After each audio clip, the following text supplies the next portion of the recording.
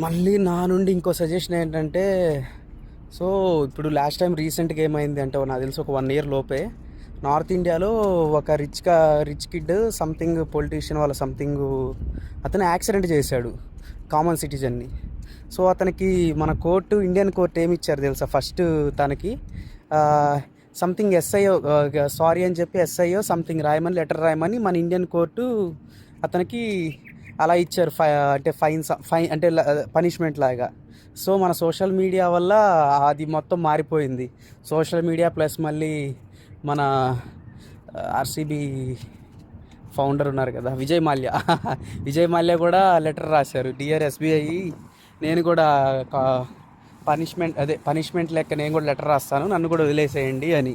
అలాగా social media viral చేయటం వల్ల వాళ్ళని ట్రోల్స్ సంథింగ్ ఇలాగా బాగా రెస్పాండ్ అవ్వటం వల్ల మళ్ళీ వాళ్ళకి ఆ కేసుని రీఓపెన్ చేసి మళ్ళీ వాళ్ళకి పనిష్ అయ్యేలాగా సంథింగ్ చేశారు. సో మనం కూడా ఇప్పుడు ఐబొమ్మకి అలా సపోర్ట్ చేయొచ్చు. సంథింగ్ ఇలాగే సోషల్ మీడియానే ఇప్పుడు ప్రజెంట్ మన ఇండియాలో ఏదన్నా ప్రాబ్లం రైజ్ అవ్వాలన్నా, ఏదన్నా బయట వాళ్ళకి తెలియాలన్నా సోషల్ మీడియానే మెయిన్ సోర్స్ అవుతుంది మన ఇండియన్స్కి. సో అదే బెస్ట్ చాయిస్. విల్ డూ చలో.